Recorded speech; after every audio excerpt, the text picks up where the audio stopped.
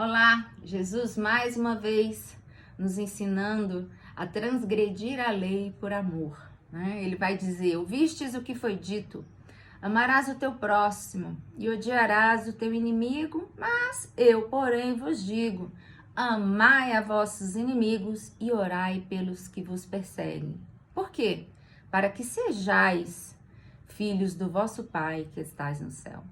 Esse é o vídeo 19 do estudo do livro de Mateus e a gente vai aprender como é que é transgredir a lei por amor. Os outros vídeos anteriores também nós já falamos isso algumas vezes.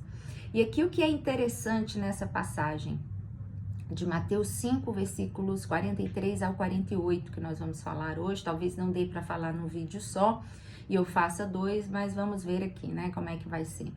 Bom, o que é interessante aqui? Jesus fala ao seu público: ouvistes o que foi dito, amarás o teu próximo e odiarás o teu inimigo. A lei de Moisés não fala isso. Amarás o teu próximo e odiarás o teu inimigo. Mas era isso que as pessoas ouviam por meio da religião. Nós sabemos que naquela época quase ninguém, pouquíssimas pessoas sabiam ler. Existiam até alguns rabinos que proibiam, né, os seus súditos de lerem, né, eram proibidos. E então o que as pessoas sabiam do que era permitido, do que não era permitido, era através do sacerdote. O sacerdote que tinha esse privilégio de ler a Escritura Sagrada, de ler a Torá e explicá-la e passá-la adiante. Então, por isso que Jesus vai usar essa expressão: vocês ouviram o que os sacerdotes disseram, mas eu vos digo que não tem que odiar o inimigo. Eu digo para vocês que nós precisamos amar os nossos inimigos e orar pelos que vos perseguem, né? Então, Jesus quebra, né? Jesus diz: olha, a partir de agora em diante não é mais assim. Isso não quer dizer que você tem que andar de braços dados com o inimigo. Não é isso que Jesus está dizendo. O que Jesus está dizendo é que sim, nós podemos sim amar o nosso inimigo sem necessariamente gostar dele. A gente não tem que andar com o nosso inimigo bajulando ele, não. A gente pode sim amar as pessoas sem gostar do que elas fazem. Às vezes você não gosta de determinadas condutas, do caráter que ela tem, do tipo de palavreado que ela usa, né? Não há afinidade nenhuma entre você e determinada pessoa, mas nem por isso você tem que odiá-la. Pelo contrário, você tem que amá-la. O que é amar no que Jesus está dizendo? Amar é você fazer o bem, é você poder interceder por aquela pessoa, é você não desejar o mal, né? É você fazer tudo o que estiver a seu alcance pelo bem daquela pessoa, sem necessariamente ter afinidades com ela. É isso que Jesus nos coloca. Jesus é que nos leva, né, a um nível de maturidade muito, muito, muito alto. Ele está resgatando essas pessoas, ele está nos tirando daquele lugar de andar de forma polarizada, né? Ou eu amo e levo debaixo do meu braço, ou eu tenho inimizades e por isso eu quero a cabeça fora. Não, Jesus nos tira dessas polaridades. Jesus está dizendo que nas polaridades não é, né, nos extremos, não é o lugar onde nós devemos estar eticamente. O ethos que Jesus nos chama a construir dentro de nós é um ethos que não é só saudável para o outro, mas sobretudo para a minha própria psique. Porque pessoas que andam na polaridade, pessoas que andam o tempo todo, né, nos extremos, são pessoas que passam a se adoecerem, né? As suas emoções são doentes, o seu palavreado é doentio e os seus equilíbrios estão o tempo todo em jogo. Por quê? Porque andam nas polaridades. E Jesus nos chama para sair dessas polaridades e desenvolver uma vida onde o outro não me afeta mais, onde eu já ando, eu já falei isso em textos anteriores, né? Onde eu ando desafetado das inimizades, do meu próximo. As inimizades dele, a maneira como ele encara a vida, a maneira como ele se perturba e perturba os outros, inclusive a mim mesmo, já não me afeta mais. Então Jesus está chamando para a gente andar com ele, né? Não só as milhas, como eu falei nos vídeos anteriores, né? Se ele te chamar para andar uma milha, né? Com o perverso, com o inimigo, você anda 2. Mas aqui ele alarga isso e chama para a gente, nos chama para sair desse lugar de polaridade e também intervir em função do outro, orar pelo outro, trabalhar as nossas racionalidades, trabalhar as nossas emocionalidades em favor do outro. É um desafio. Quem conhece a Jesus sabe que isso é um desafio.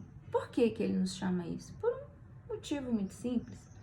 Porque é orando pelo outro, é fazendo bem pelo outro que nós somos curados. Porque o amor cura. O ódio não.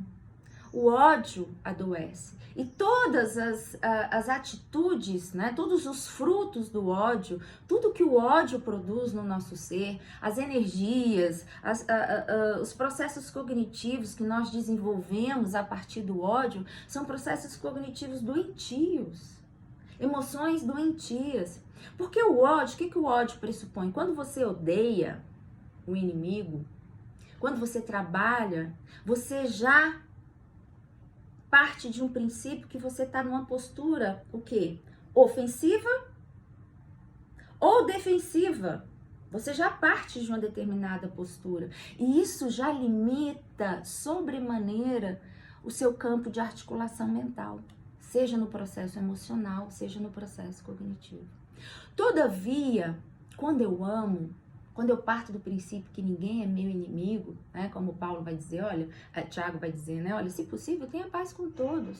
Quando eu parto, né, desse processo, eu sou isenta de posturas radicais, né, quando eu tomo esse lado de isenção, o meu cérebro e as minhas emoções ficam livres para agir. E os meus processos cognitivos, as minhas sinapses têm liberdade para agir. Eu me torno uma pessoa mais criativa, eu me torno uma pessoa mais inteligente, porque a inteligência, o pressuposto dela é a isenção. O pressuposto da criatividade é a isenção. Porque quando eu estou isenta de ser afetado o outro, o meu cérebro fica livre para agir em toda a direção daquilo que eu considero que é bom. E isso é tão profundo porque, de certa forma, quando eu provoco o ódio e todos os sentimentos ruins dentro de mim, eu vou emburrecendo o meu ser. Eu vou emburrecendo não só numa perspectiva racional, mas eu vou me emburrecendo as minhas relações. Porque eu só vou naquela direção. Eu vou criando preconceitos dentro de mim que vão me colocando numa única direção. Todavia, o contrário, né, é verdadeiro também, porque quando eu me abro para me relacionar com o meu próximo nessa perspectiva de Jesus, quando eu não crio barreiras internas que vão, né, me compartimentalizando, mas quando eu sou una e o amor é isso, o amor me torna íntegra, aquilo que é fatiado dentro de mim, aquelas feridas, né, que vão se abrindo, o amor vai curando e eu vou ficando toda íntegra, não só externa, mas sobretudo internamente. Todos os meus processos psíquicos vão se tornando um dentro de mim. E eu não vou ficando fatiada, o que Jesus vai dizendo, né? E ele vai dizendo, olha, é só assim, é só você se tornando uma integralmente, é que você vai sendo chamada filho de Deus ou filha de Deus, né? E ele, olha, esse papel, essa integralidade, essa bondade que vai crescendo em nós, é a bondade do Pai também sobre todos os seus filhos. Ele vai continuando nos versículos 45, 6 e 7. É nessa perspectiva que o sol da justiça, né, que ele vai dizer que é assim que ele faz com que o sol se levante sobre maus e bons. e chuva sobre justos e injustos, né? Ele fala o seguinte no 46, se vocês amam só o que amam vocês, as pessoas que amam vocês, que bem há nisso, né? Não fazem os cobradores de impostos também o mesmo?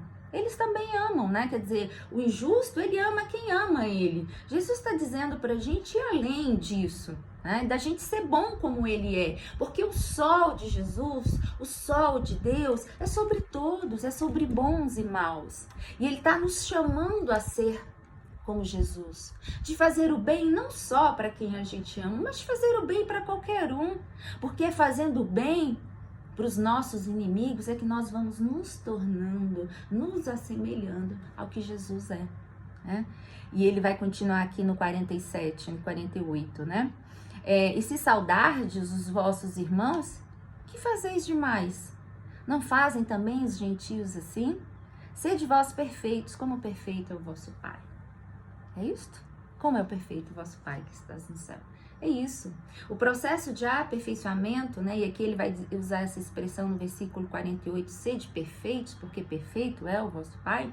Essa perfeição a que Jesus nos chama, a nos igualar a Deus, é o processo de aperfeiçoamento do nosso ser. É onde a gente vai se tornando, hoje nós somos em parte, todos desintegralizados, né? Nós somos um bicho muito feio, cheios de gambiarra.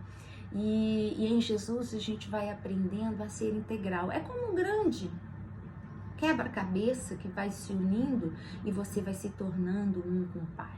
Assim como Jesus é com Deus, nós também vamos nos tornar um com o nosso Pai. E é por isso que em Jesus eu aprendo a ser um. E é por isso que tudo que eu faço é olhando para Ele.